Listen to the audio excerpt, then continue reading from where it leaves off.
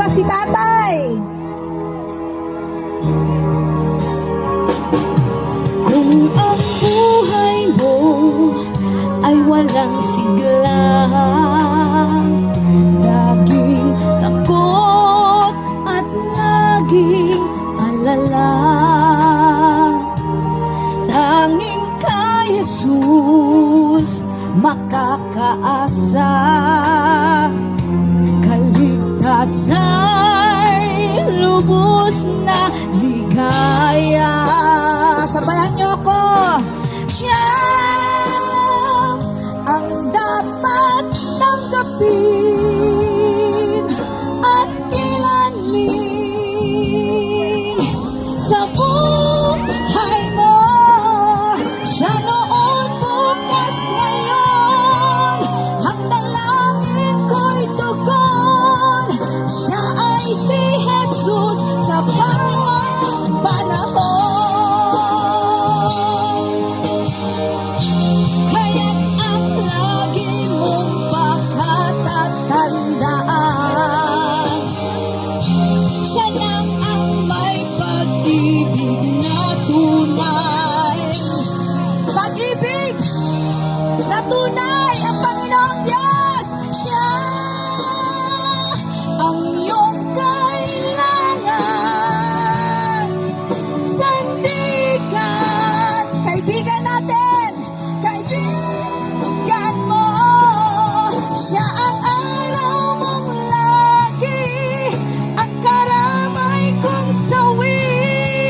Siya ay si Jesus sa bawat sandali. O Panginoong Jesus, Tatay Digong, kapit ka lang po. We are always praying for you. Narito ang iyong mga kababayan, ang mga anak mong mga Pilipino. Nagkakaisa kami. Nag-celebrate ng iyong kaarawan ngayon. 1 taong paghihintay namin. 1 taon na kami dito.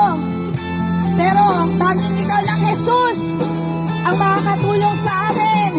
Siya ang iyong kailangan, sandigan, kaibigan mo. Siya ang araw mong lagi, ang karamay kong sawi. Siya ay si Jesus sa bawat sandali. Siya ang dapat tanggapin at kilanin sa buhay mo. Siya ang araw mong lagi, ang dalangin ko'y sawi. Siya ay si Jesus sa bawat sandali.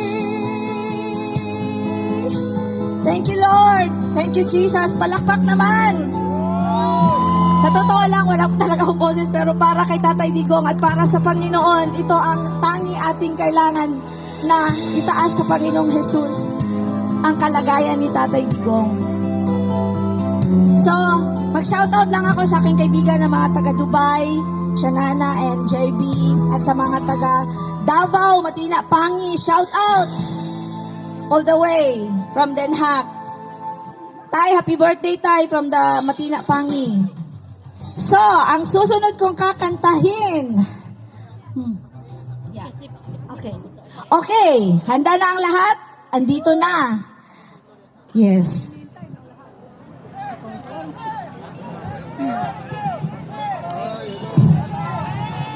Mga